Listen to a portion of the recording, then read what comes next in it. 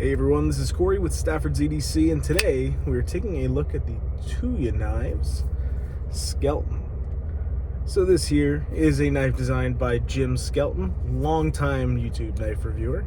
If I remember, I will put a link to his channel in the description, but you probably know who he is. He's been around for a long time, and he designed himself a knife and collaborated with Tuya to bring this guy to the market.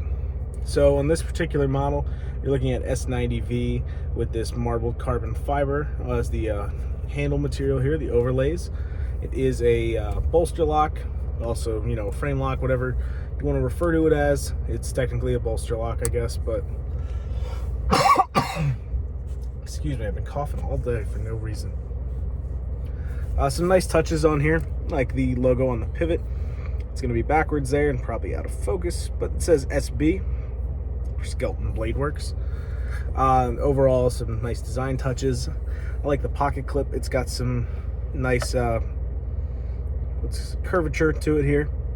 I'm losing the word that I'm looking for. Contouring. That's what I was trying to say. But it's nicely contoured, and it's got a decent shape to it. And overall, it feels really nice in hand, not causing any kind of hot spotting, especially when in kind of a saber grip here like this. You have a nice, almost spear point. It is a drop point, but you can see how close that pivot is to being in line with the tip. It's just the tip sits just below the pivot, making this a drop point rather than a spear point. Really nice though. Love that blade shape. The hand satin's really nicely done on this guy as well. The detent is pretty damn good. It's I don't know if I can fail this. I'm gonna try. Yeah, I mean, I can just barely fail it. Saw it deployed like 90% of the way. Yeah, it deploys almost all the way. But that being said, the detent's good. You don't really have to put a ton of effort into this. You can light switch it, and if you're so inclined to do a push button, that will work as well. And the closing action is really good. See, I failed there, but I slipped off the flipper tab. So that one was my fault. Closing action though, this is on bearings. You can see if you get your thumb out of the way, this thing drops right shut. So really nice bearing action there. There is no play whatsoever in this. So the action is great. Now, ergos, like I said, there's no hot spotting from the clip. It fits well in my large sized hand here.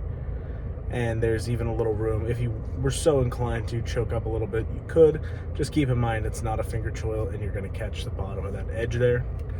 Yeah, so the one big thing about this knife that I can't really overlook is down here. And it's probably really tough to see just because the front facing camera and whatnot. But that tip is, that tip sticks out. And you can catch your finger on this. Not easily, but you can. If you got fat fingers, you can definitely get yourself. It's probably, yeah, it's gonna be tough to see at any angle, but that tip's exposed just a little bit, which is kind of like an oversight to me. You think that they would maybe set a bit more relief into the inside there for the track where this stops on the stop pin. You'd figure your stop pin is right there.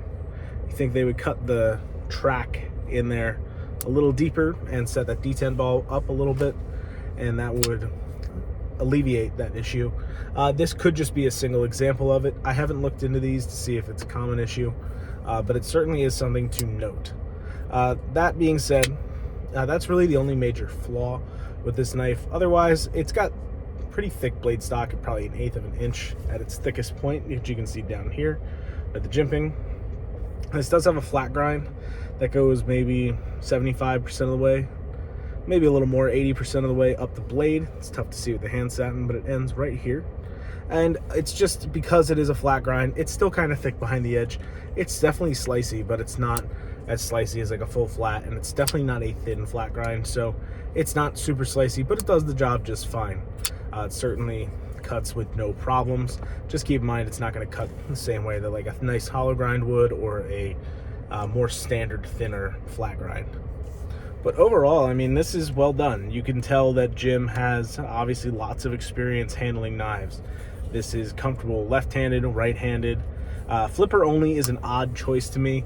I would think that the guy who's handled the most knives, you know, not saying he's handled the most knives, but the dude who's handled a ton of knives, you'd expect to have multiple deployment methods, or I wouldn't think anyway for his preferred method on his first release design to be a flipper only. That kind of surprises me. You can think what you want when it's closed. It kind of looks like a lizard or like a dinosaur almost. The eye, the nose, and a little like horn type thing on the back. That's kind of what I see. But yeah, it's a neat design. I like the blade shape a lot. And yeah, it's overall pretty well done. Tuya did a good job. S90V is no joke for a steel, so no complaints there. Great action. Detent is pretty damn good. And yeah, it's pretty nice overall. I'll keep this nice and short and sweet here and leave you guys there. Thanks so much for watching. Hope you enjoyed the video. Let me know your thoughts on the Tuya Skelton down below. And thanks again for watching. Take care.